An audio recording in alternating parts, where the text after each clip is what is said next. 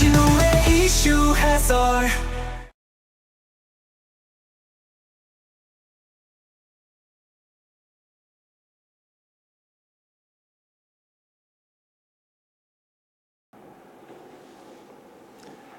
안녕하세요. 저는 국민의힘에서 법률자문위원장을 맡고 있는 주진우 의원입니다. 존경하는 국민 여러분, 또 사랑하는 당원 동지 여러분, 오늘 이 시간에는요, 현재 한덕수 대통령 권한 대행에 대해서 민주당이 일방적으로 탄핵 소추를 밀어붙이려고 하고 있는데, 그것이 얼마나 국익에 반하고 잘못된 것인지 설명을 드리도록 하겠습니다. 먼저 민주당이 당리당략으로 한덕수 대행에 대해서 탄핵 소추한다는 것을 모르는 국민은 없으실 것 같습니다. 그냥 탄핵 소추를 추진한다는 사실만으로도 지금 환율이 급등하고 있고요. 겨우 지금 안정적으로 대신인도를 회복하고 있고, 이제 기업들이 수출하는데 걸림돌이 되던 것들을 하나하나 제거하고 있는데, 이거 갑자기 이렇게 민주당의 당리당략을 위해서 마음대로 탄핵 소추를 한다고 하면 정말 국정이 마비되고 국민들께 피해가 고스란히 전가될까봐 진정으로 두렵습니다. 먼저 탄핵 소추의 의결 정족수부터가 지금 민주당의 주장이 매우 잘못됐습니다. 대통령 권한 대행은요, 총리가 대통령 다음 신분이기 때문에 대통령 권한 대행이 되는 것은 맞지만, 말 그대로 대통령의 권한을 거의 99% 이상 행사하는 국정의 최고 책임자라고 생각하시면 돼요. 아시다시피 국군 통수권이라든지, 지금 북한이랑 어떤 도발 상황이 생긴다든지 하면 그 대응을 전부 다 권한 대행이 해야 되는 것이고요. 대통령 권한 대행은 그 외에도 많은 정책이나 외교, 특히 트럼프 체제의 미국에 있어서 국익을 지키기 위한 협상, 이런 것들을 좀 많이 해야 되는 상황입니다. 또 실질적으로는 그런 권한과 책임이 있는 거고요. 한덕수 대행은 노무현 대통령 때 이미 총리를 지냈고, 또 주미대사 등을 지내서 미국의 인맥도 많은 데다가 이 실력이나 인품으로 정평이 나 있으신 분이죠. 이런 분을 이렇게 함부로 민주당 문정목 의원이 욕설까지 섞어가면서 모욕을 주고 탄핵 소추하는 것에 대해서 저도 국민의 한 사람으로서 분노를 느끼지 않을 수가 없습니다. 대통령 권한 대행은 이처럼 권한이 많기 때문에 실제로 권한 플러스 책임이 있는 거예요. 국정을 책임져야 되는 책임이 있기 때문에 함부로 직무를 쉽게 정지할 수 있게 만들어 두지를 않습니다. 이게 꼭 이번은 탄핵 소추 상황이어서 그렇지만, 예를 들어 대통령이 일시적으로 지병이 있어서 한 2주 정도 입원 치료를 받는다고 가정해 보십시오. 그러면 국정을 수행할 수 없을 정도의 치료여서 2주 뒤에 복귀를 하는 상황을 가정해 보면, 평소에는 대통령에 대해서 제적 3분의 2, 즉 200석 이상의 국회의원으로 탄핵 소추를 할 수 있다가, 대통령이 와병해서 병원에 누워있는 그 2주 동안만 대통령 권한 대행에 대해서 150석으로 마음대로 탄핵 소추할 수 있다라고 하면, 그게 국정이 얼마나 혼란스럽고 안정될 수가 없겠죠.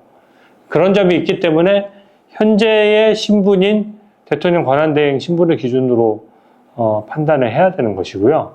물론 대통령 권한 대행은 대통령처럼 표로 당선된 사람은 아닙니다. 민주주의에서 직접적으로 국민의 표를 받지는 않았지만, 국민으로부터 직접 표를 받은 대통령이 지명하고, 또 국민으로부터 표를 받은 국회에서 과반수 이상이 동의를 해서 임명을 한 것이거든요. 이거를 간접적인 민주적 정당성이라고 하는데, 간접적 민주적 정당성이 부여되어 있으신 분이에요. 그렇기 때문에 헌법상 중요한 권한과 책임이 따르고 민주적 정당성도 상당 부분 갖추고 있기 때문에 의결 정족수는 당연히 200석 이상으로 봐야 됩니다. 우원식 국회의장은 의장으로서 국회에서의 사회를 보는 정도의 권한이 있는 것이지, 이 법률 규정의 해석, 헌법 규정의 해석은 결국은 사법적인 영역이거든요. 상권 분립의 원칙상 국회의장이 법도 만들고, 그 다음에 법 해석도 국회의장이 알아서 한다? 이거는 상권 분립의 기본 원칙에도 반하는 것이어서, 우원식 국회의장은 이것을 200석인 것을 150석이라고 우기거나 결정할 권한이 없다는 점을 말씀드립니다. 그리고 탄핵 사유도요, 억지로 그 민주당 당리당략을 위해서, 이재명 대표 방탄을 위해서 만들다 보니까 탄핵 사유도 말이 안 되는데요. 지금 5가지를 들었는데 5가지 다 말이 안 됩니다. 첫 번째로요, 그 순직해병 사건 특검법과 김건희 여사 특검법에 대해서 한덕수 국무총리 시절에 거부권 행사를 건의한 것이 탄핵 사유라고 합니다. 법률안 거부권을 행사하려면 국무회의 심의를 거쳐야 되고 국무총리로서 거기에 대해서 대통령께 건의하는 절차가 있거든요. 국무총리로서 대통령을 보좌하면 법률안 거부권의 행사 권한과 책임은 대통령에게 있는 것입니다. 국무총리가 거기에 대해서 보좌를 할 뿐이지 그게 어떻게 본인들 입맛에 안 맞는다고 헌법이나 법률에 위반됐다고 할 수 있겠습니까? 이런 것들은 탄핵 사유가 되지 않는 게 명백하고요. 두 번째로 이번 비상계엄을 내리는 과정에서 저는 한덕수 당시 국무총리가 할 만한 일을 다 했다라고 생각합니다. 그 저녁에 갑자기 대통령실로 불러가서 국무회의 소집을 요구했고 국무회의에서도 명확히 반대했고 국무회의는 비상계엄에 있어서는 심의기구이지 무슨 의결하는 기구가 아니거든요. 그 반대를 무릅쓰고 대통령이 비상계엄을 한 것이에요. 그렇다면 한덕수 국무총리의 책임이 위헌 위법해서 지금 현재 이 무거운 그 대한민국의 국정을 책임지는 권한을 즉시 내려놔야 될 정도의 잘못입니까? 더더군다나 민주당 의원들은 그 계엄 해제 의결을 했다라고 완장이나 찬 듯이 뭐 계속 그 무리한 주장을 하는데요. 민주당 의원들만 계엄 해제에 찬성했습니까? 우리 국민의힘 의원들도 계엄 해제의 의결에 동참을 했어요. 그리고 한덕수 국무총리는 총리로서 계엄이 해제되는데 더 공이 크신 분입니다. 제가 봤을 때는 계엄 해제가 국회에서 계엄 해제를 의결한다라고 해서 바로 계엄이 해제돼 버리는 게 아니거든요. 국무회의 심의를 거쳐서 대통령이 해제를 해야지 해제가 되는 거예요. 즉시 국회에 의결이 있자마자 와서 국무회의를 주도해서 심의하고 대통령한테 건의해서 결국은 계엄을 즉시 해제하지 않았습니까? 거기에 따른 공은 민주당 못지 않은 거예요. 그게 공이라고 친다면 그런 부분에 대해서 이 한덕수 당시 국무총리의 역할을 무시하고 이게 탄핵 사유라고 하는 것은 정말 말도 안 된다고 생각합니다. 세 번째는요, 대통령이 이제 책임을 지고 국정에서 좀 이선으로 물러서겠다고 해서 한덕수 총리가 그러면 그 국정을 안정시키겠다라고 했거든요. 그래서 한동훈 당 대표와 당정 협의를 통해서 국정을 빨리 안정시키려고 한 것입니다. 이것도 무슨 공동으로 국정을 운영할 권리가 있니 없니 하면서 지금 탄핵 사유라고 하는데 노무현 대통령 탄핵 때도 민주당도 고검 권한 대행과 당정 협의 엄청 많이 했어요. 당연히 그 국정을 수행하는데 여당이 그 당정 협의를 하지 그럼 어떻게 합니까? 당은 그냥 팔짱을 끼고 국정을 내팽개치나요? 그렇지 않습니다. 그래서 이것도 탄핵 사유가 어거지고요. 그 대통령 권한대행이 되고 나서 내란 상설특검에 임명을 하지 않았다라고 하는데 내란 상설특검은 상설특검법이라는 게 이미 통과가 돼 있어서요. 언제든지 특검을 발동할 수 있는데 그게 원칙이 있습니다. 여야 합의로 특검을 정하도록 돼 있어요. 그래야지 객관적인 특검의 역할을 할 수 있는 거거든요. 근데 민주당이 자기 독단으로 마음대로 민주당이 지명할 수 있도록 그 규칙을 다 바꿔버렸어요. 그럼 어떻게 되느냐? 민주당 산하에 민주당이 지명하는 검찰청이 하나 생기는 겁니다. 어느 국민이 민주당 소속의 검찰청을 만드는 거를 좋아하시겠습니까? 더더구나 국민 세금은 몇백억씩 들여서요. 그래서 이런 헌법상 문제점이 있기 때문에 임명 절차를 이행하지 않은 것이고 그것은 헌법을 수호하고자 하는 대통령 권한대행으로서의 당연한 책무입니다. 그리고 마지막으로 이번에 헌법재판관 3명 임명하는 부분에 대해서도 민주당의 그 추미애 의원, 박범계 의원이 계속 주장을 해왔어요. 대통령 권한대행 헌법재판관을 임명하면 안 된다고. 그래서 박근혜 전 대통령 시절에도 임명하지 않은 전례가 있습니다. 지금 확정적으로 한덕수 권한대행이 절대 임명 안 하겠다라고 한 것도 아니에요. 여야에다 호소를 한 겁니다. 여야 합의를 통해서 혹은 여야 협의를 통해서 합당한 결론을 내려달라. 정치의 영역에서 풀어달라.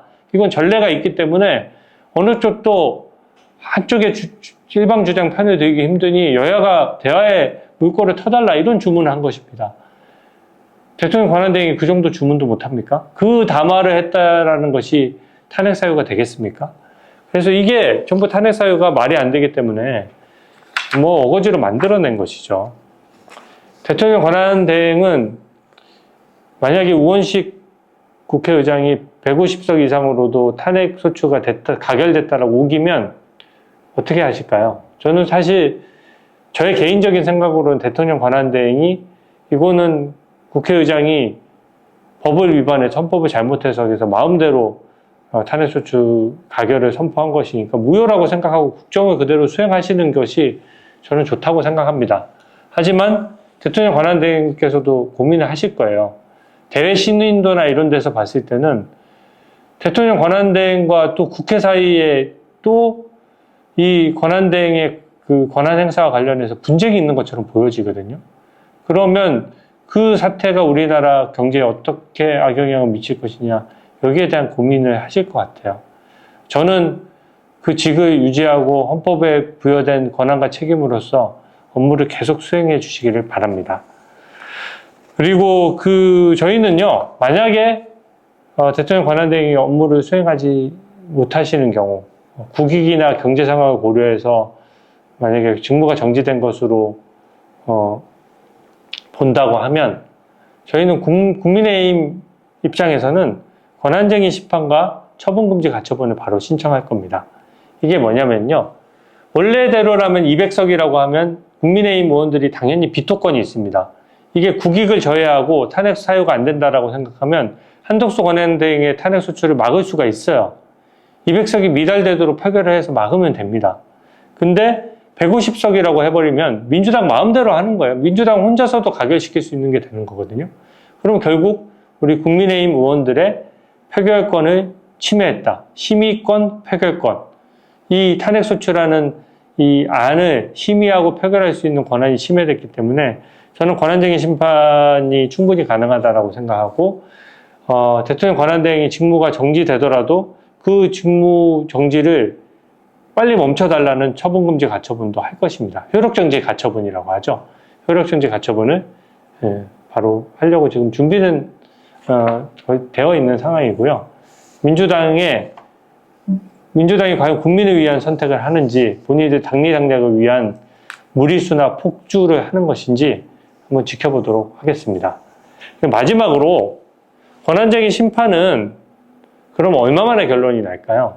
저는 지금 대통령 탄핵 재판에 대해서 이 헌법재판소가 우선적으로 판단하겠다라고 했는데 이 권한대행도 우리 국익과 직결되는 문제이기 때문에 최우선적으로 판단해야 된다라고 생각합니다. 그래서 이 권한쟁의 심판과 효력정지 가처분에 대해서 아주 짧은 시간에 헌법재판소에 역량을 집중해서 이것부터 선결로서 결론을 내야 된다라고 생각하고요.